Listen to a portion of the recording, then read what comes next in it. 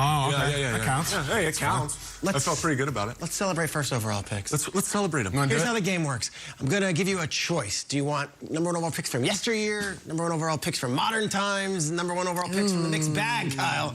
You get to choose, and we go from there. So, yesteryear, today, or the mixed bag, Matt? I'm going to go with yesteryear. Well, give me yesteryear. Give me a little challenge here. Matt, I've got some video evidence, some photo evidence that you're going to love here. Okay. Matt, you famously played on a college USC team that churned out 2 other top 10 picks, NFL starting quarterbacks. Right. Matt Leinart and Carson Palmer. Look at the photo we got here. Ooh, look at the head of hair I got right there, boys. Is that Sark in that photo? Sark? A young Sark? Is that Norm Chow? Yeah. Norm Chow, Sark, Carson, Matt Leinart. That is a photo. That is a photo right there. Billy Hart, Richie. I mean, it's a good group, good crew. 5 and 13 are Billy Hart and Richie. Yeah, That's Billy awesome. Hart's on the right. What a room. Richie's 5. I mean, this is... Billy Hart's handsome. 13? Billy Hart? Oh, yeah. Mission Viejo guy. Totally. Mission Viejo? Oh, yeah. That's your neck of the woods, isn't it? No doubt. Oh, yeah, you better believe it. Carson Palmer won the Heisman in 2002, okay? What a shot. He was the #1 overall pick the following year. The question is this: who finished second in voting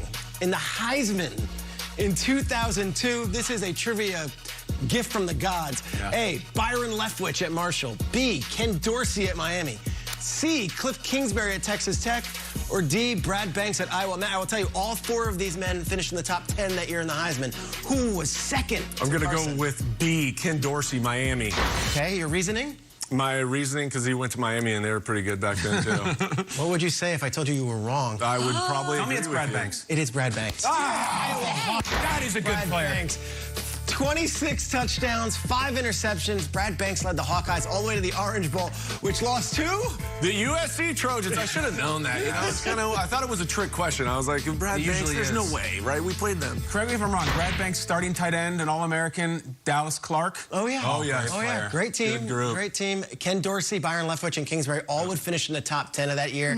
But it was Brad Banks, #2.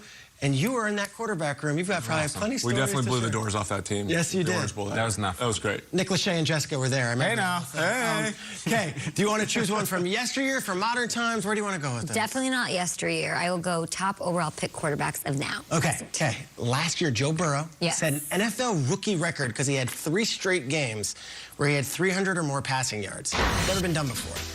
Which rookie quarterback who was a first overall pick has the most passing yards in a season? Oh, wow. And I say modern times because we're going back a little bit with Stafford, but let's just put it through that lens. Okay, it's not Baker. It is not Kyler. It is either Andrew Luck or Matthew Stafford. Andrew Luck, man, when he came in and took over was incredible, but I'm going to go Matthew Stafford because you are on the boat that loves Matthew Stafford and you love the Rams, so you're trying to make some eloquent point about how he now gets his time and he'll go to the Super Bowl. It is Matthew Stafford. Matthew Stafford, his rookie year, went 2-8. Ooh. Andrew Luck took his team 11-5, went to the playoffs, threw a rookie record, 4,300 passing yards. Is that right? 12. He was amazing. Wow. 300 yards As a rookie. And like impressive. 1 game's on his own back. It was incredible. He would take him to the playoffs 3 straight years.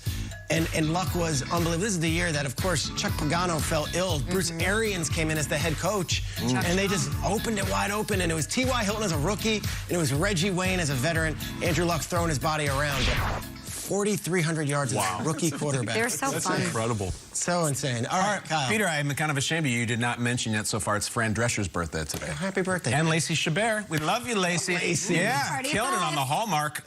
Peter, give me that mixed bag. I'm all about securing the bag. Secure the bag, Yeah, Kyle. All right, this is a former Patriot as well. Drew Bledsoe was the first overall pick by the New England Patriots in 1993. The host and the musical guest of Saturday Night Live the week before Drew Bledsoe entered the NFL was who? Oh, wow. A, Monique and Silverchair.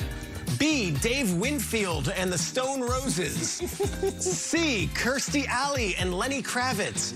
Or D, Paul Rudd and the singer of Scatman John. Beep, bop, bop, biddy, boop. All right, I'm looking at Rudd. I think Clueless was like 3 years later. I think he was doing a Nintendo commercial at the time. If he was lucky, it's not him. I'm going to start at the top. Monique and Silverchair didn't blow up till 95. It wasn't them.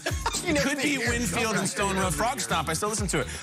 C, Kirstie Alley has an infamous sketch regarding Italian waiters that probably now you couldn't do, but is she and Kevin Nealon, and they're just kissing and they're hugging. Sandler, well, Sandler's one of the waiters. And then infamously, they said, don't do any more of this. And Sandler said, I thought he was saying do more of this. And so he did. I think it's Kirstie Alley. Do you like the cracked pepper? Yeah, yes, that's it, Peter. That's the cracked pepper with that big old bed knob thing. You're right. That was 2 in a row. Kirstie and Lenny. Pretty impressive right April there. 17th, 1993. No one there knew that Drew Bledsoe would be the first pick only 7 days later in the draft. No one knew. They weren't talking to him. There wasn't a sketch. I mean, everyone's like, Kirstie Alley was like, is it going to be Rick Meyer or Bledsoe? Like, what's going to I heard Kravitz did a song called Walla Walla, and he was just ad-libbing it. It's incredible. That was it. Wow. That's it. Let's go to the video clue. All right. Okay? Oh, man. Video clue. Here's how it works. Okay. I'm going to set you guys up with the start of a play. I'm going to say freeze, and it's about a former #1 overall pick, and you have to guess what happens the rest of the play. Okay. So let's go to Michael Vick, former #1 overall pick of the Atlanta Falcons. Okay. It's week 13. It's 2002. It's overtime. 24-24. Kenny Albert's on the call. Let's stop it right here. Guys, what happens? I'm going to give you the choices. And Matt, we'll start with you. We'll go to Kay, then Kyle. Is it either A, Brian Finneran touchdown reception, B, Algie Crumpler touchdown reception? Does Vick himself run, or is it one of the coolest plays, a T.J. Duckett halfback pass, walk-off win for the Falcons? Matt. I mean, if you're talking about Michael Vick, I'm going with C, 46-yard game-winning touchdown run, his explosiveness, everything that goes along with his game, and that was always the part that I loved watching. So I'm going with C, 46-yard game-winning TD run. Let's go, Vick. I think you're right, but I will just for fun go D with T.J. Duckett halfback pass to Michael Vick. Like that. Why not? Michigan State legend. Absolutely. I was actually going to go with that, too, but for the sake of variety, Big Brian Finneran went about 7'5", also a South Orange County guy, I think. I hope I'm not messing that up. Maybe I'm wrong. I think it's Brian Finneran who goes up and high points it. Never mind Mossing someone. You Finneran someone. Peter, it's A. Finneran, huge Madden player. This one is for Scatman John. Beep, bop, bop, bop, bop. Let's see the video. Go on! Here we go. Vick on 2nd and 8. Off the play fake. Has some running room. Inside the 30. Inside the 20. Vick into the end zone. Falcons win in overtime. A 46-yard touchdown run. His second touchdown run of the game. Scored from 28 earlier. Just run right off. There you go, Patrick Kearney. We're out of here. Patrick Kearney right into the tunnel. Yeah. 173 rushing yards in that game. Oh, my God. Vick, unbelievable. They would win. They'd go to the playoffs, and they advance to the divisional round. Michael Vick, #1 overall pick.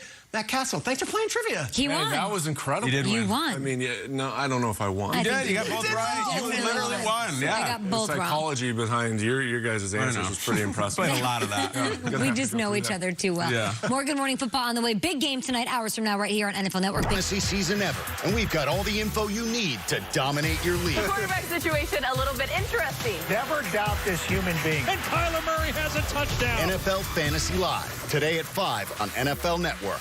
Before TNF kicks off, Caught for the touchdown. go inside the game with experts who know the game. Get them outside, get them some plays. They got some guys that are pretty scary. NFL Game Day Kickoff, tonight at 6 on NFL Network.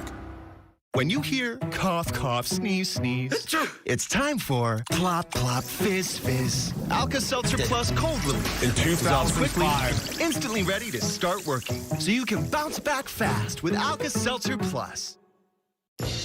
One crispy Kentucky Fried Chicken sandwich for you. Oh, And a yeah. delicious crispy spicy one for whoever needs a little kick in the keister. Get the Kentucky Fried Chicken sandwich in classic or spicy for just $3.99. It's finger-licking good.